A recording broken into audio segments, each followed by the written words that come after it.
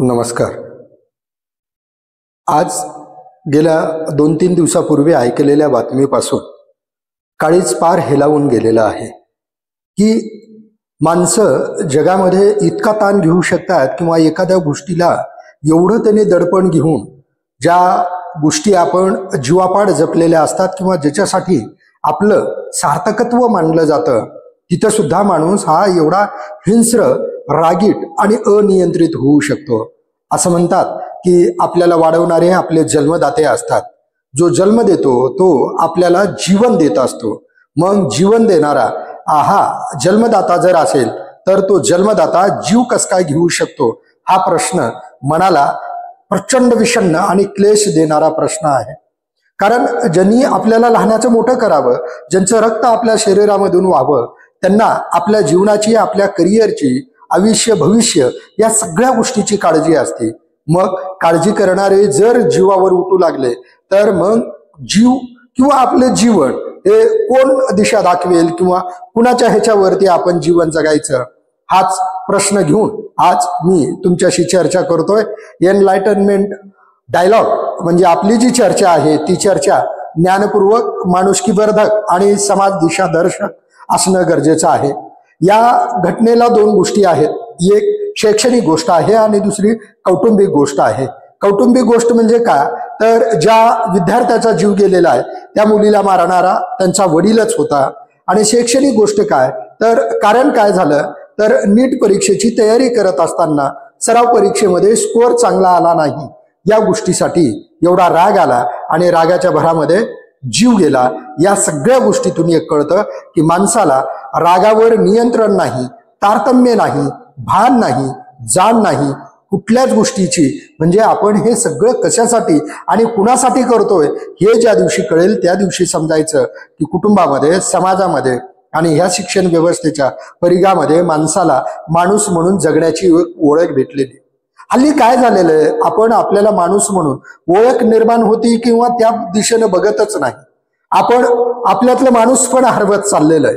मग ते माणूसपण ह्या सगळ्या परिघावर म्हणजे करिअरच्या किंवा समाजामध्ये जीवघेणीची स्पर्धा सुरू झालेली आणि या सगळ्या स्पर्धेमध्ये बेस्ट टॉप राहण्याचा हा जो अट्टास आहे हा अट्टास मात्र जीवघेणा आहे. हा अट्टास तुमच्या सामाजिक प्रतिष्ठेसाठी किंवा तुम्हाला 4 मित्रामध्ये, तुमच्या स्टाफमध्ये, स्वैर्यधार्यामध्ये मोठेपणाने मिरवण्यासाठी म्हणून की काय तुम्ही कवळ्या लेकरांवर करिअरचे स्वप्न एवढे ओझे देताय की त्या ओझ्यात ते गुदमरले जात आहेत. आणि त्यांनी जर समजा तुम्हाला एक सहज प्रश्न विचारला की आम्हाला एवढं सांगताय, तुम्ही मग किती अभ्यास करून मार्क घेतलेले आहेत, याच गोष्टीचा अपमान माना, राग माना. त्याला एवढं बेदम मारायचं, एवढं मारायचं फुटा काढून की त्याचा जीव जावा. आणि दुसऱ्या दिवशी जेव्हा योग दिन म्हणून योग दिनाला तुम्ही गेलात तर त्या योग दिनातून मनाची शांती असती हीच तुम्हाला कळालेलं नाही. म्हणजे एक व्यक्ती, पालक, शिक्षक, समाज, माणूस या सगळ्या पातळीवर आज एकदम दिशाहीन किंवा एवढा अस्वस्थ का झालेला हे कुठंतरी विचार केलं गेलं पाहिजे. कारण समाजामध्ये डॉक्टर, इंजिनियर झालं तरच जीवनाची सार्थकता अन्यथा नाही हे जे समीकरण तयार झालंय हे प्रचंड जीव घेणं समीकरण आहे. काही महिन्यापूर्वीची गोष्ट आहे. लातूर जवळच्या हरंगुळ या ठिकाणची कोठ्याला एक विद्यार्थिनी राहत होती आणि मग तिथं तिनं फाशी घेतली.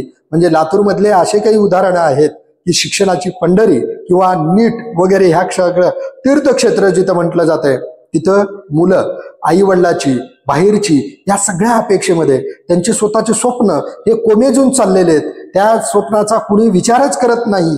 हे बघा, मुलं म्हणजे मशीन नाही की जेवढी चावी दिली तेवढीच आणि जेव्हा चावी संपली तेव्हा ते थांबावं. मूल म्हणजे हे फुलं असतात, ते फुलं फुलवायचे असतात, कोमेजून टाकायचे नसतात.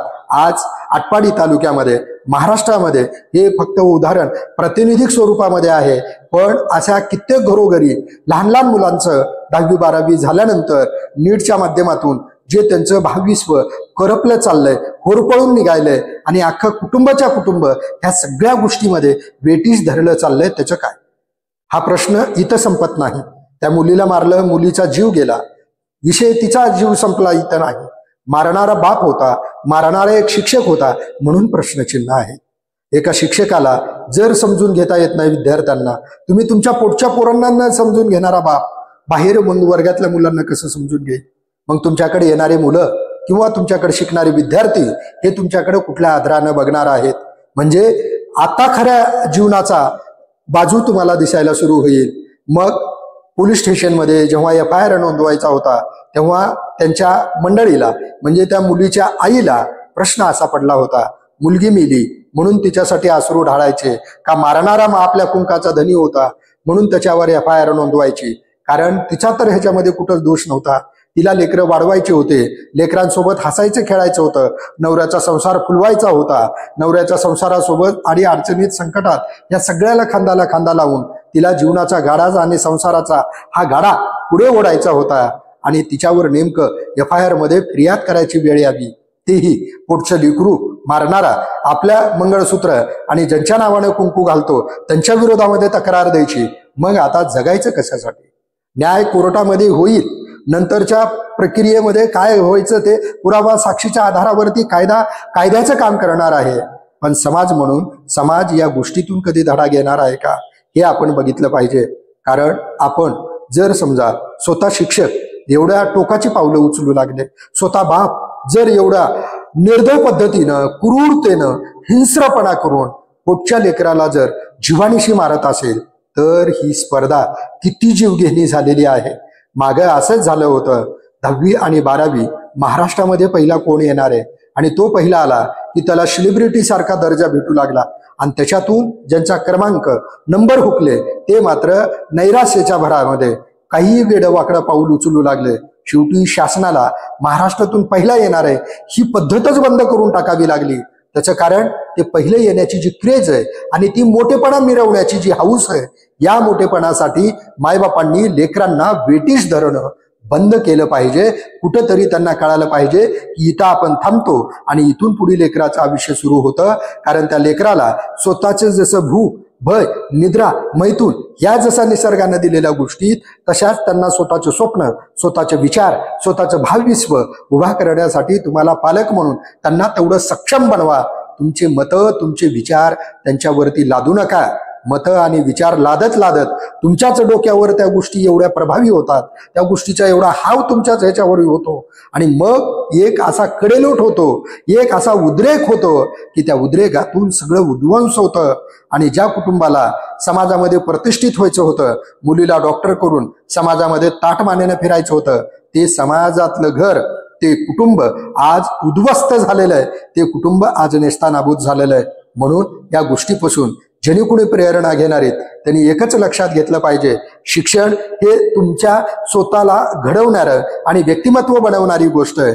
मुलं म्हणजे तुमच्या फॅक्टरीतल्या वस्तू नाहीत, खेळणे नाहीत की त्यांना म्हणेल तसं खेळावं, म्हणेल तसं त्यांच्यावर प्रेशर टाकावं आणि आपले राहिलेले स्वप्न, आपले भंगलेले स्वप्न आपण आपल्या लेकरांवरती लादावं आणि ते पूर्ण करण्यासाठी लेकरांना एवढं वेटीस धरावं की त्यांना हसावं, खेळावं, क्रीडांगणावर जाऊन बागडावं, मित्रमैत्रिणीमध्ये जाऊन आनंदानं उड्या माराव्यात. या सगळ्या गोष्टी सोडून देऊन फक्त पुस्तकी किडा बनवून तुम्ही त्यांना उद्या कुठल्या समाजामध्ये काम करायला लावणार आहात? कारण डॉक्टर झाल्यानंतर त्यांना ज्या समाजात मिसळायचंय त्या समाजातल्या आजारापेक्षाही त्यांच्या मनातले विकार कळाले पाहिजेत. कारण आज अटॅक येऊन मरणारे कित्येक डॉक्टर आहेत ज्यांच्याकडे मेडिकलचे दुकान आहेत आणि ज्यांच्याकडे स्वतःकडे मोठमोठ्या डिग्री आहेत. कार्डिओलॉजिस्टला सुद्धा अटॅक आवरता आला नाही. कारण हे मेंटली प्रेशरनं येणारं आणि ताण घेऊन होणारे आजार आहेत. ह्याच्यावर गोळी, औषध, डॉक्टर, तज्ज्ञ, एक्सपर्ट या कुठल्याच गोष्टी काम करत नाहीत. त्याच्यामुळं तुमच्या मनावर जर ताण असेल तुम्ही निसर्गात जा. तुमच्या मनावर जर कुठला राग असेल तर तुम्ही सहज हसून सगळ्यांशी मिसळून राहा. जीवाच्या मित्रांमध्ये जा, आपल्या माणसांमध्ये राहा. शेवटी राग हा क्षणाचा असतो. म्हणूनच म्हणतात राग आणि भीक माग, ह्यालाच म्हणतात रागाच्या भरामध्ये केलेलं कृत्य आयुष्यभर पश्चाताप करायला लावणार आहे. बाप म्हणून, शिक्षक म्हणून, माणूस म्हणून. परंतु पश्चातापातून जेवढं गमावलंय ते कधीही येणार नाही. आताच सावध होण्याची वेळ आहे. शिक्षकांनो आणि बापांनो, मायांनो, तुम्ही तुमच्या लेकरांवर तुमचे राहिलेले स्वप्न लादू नका. त्यांना त्यांचं जीवन स्वतः फुलवू द्या. स्वतः त्यांना त्यांचं कर्तृत्वाचं मैदान त्यांना गाजवू द्या. कारण शेवटी निसर्गानं प्रत्येकाला क्षमता दिलेल्या आहेत. प्रत्येकाला शारीरिक, बौद्धिक कर्तृत्व करायला निसर्गानं वाव दिलेलं आहे. तुम्ही आम्ही फक्त त्या सगळ्या गोष्टीचे निमित्त साक्षीदार आणि ह्या सगळ्या जडणघडील हातभार लावू एवढंच आपण आपलं काम करू. शेवटी मला तर असं म्हणावं वाटतंय, बापानं आणि आईनं त्या लेकराच्या जीवनात केवढं राहावं तेवढंच राहावं जेवढं स्वयंपाकामध्ये मीठ राहतंय. कारण मिठाशिवाय त्या स्वयंपाकाला चव येत नाही आणि मीठ नसेल तर तो स्वयंपाक आळणी होतो, खावासा वाटत नाही. तसंच आपण आपल्या लेकराच्या जीवनामध्ये चवीपुरतं राहिलं पाहिजे. शेवटी त्याचं स्वातंत्र्य, त्याचं आयुष्य, त्याचं भविष्य ते त्याला निवडू द्यावं, त्याला घडवू द्यावं. कारण जग क्या कहेगे लोग, ये दुनिया का सबसे बडा रोग. या रोगामध्ये वावर येणाऱ्या लोकांना मानसिक सामुपदेशनाची आणि विपसना, योगा या गोष्टी म्हणूनच की काय आपल्या ऋषीमुनींनी काढलं होतं. शेवटी कुठल्याही गोष्टीला मर्यादा असतात. मानवी मन जोपर्यंत आपण समाधानी ठेवत नाही तोपर्यंत हे मन प्रचंड म्हणजे प्रचंड स्वार्थी, हावरट, विकृत अशा पद्धतीनं धावत असतं. शेवटी आपल्याला कुठंतर नियंत्रण ठेवता आलं पाहिजे आणि कुठंतरी समाधान मानता आलं पाहिजे. यालाच जीवन असं म्हणतात. म्हणूनच की काय आई वडील आणि शिक्षक हे दिशा देणारे, दिशादर्शक, मार्गदर्शक असतात. तेच जर असं टोकाचे पावलं उचलले तर उद्याच्या पिढींचं कसं होणार आहे, या समाजाचं, राष्ट्राचं कसं होणार आहे, या प्रश्नातून अनेक गुंते तयार होतात. शेवटी वाईट ह्याच वाटतंय की जन्म देणारे, जीव घेणारे होतात. हे सर्वात मोठं दुर्दैव आहे. थांबतो. नमस्कार. विचार आवडले तर ईडी या चॅनलला लाईक, शेअर आणि सबस्क्राईब करा. धन्यवाद.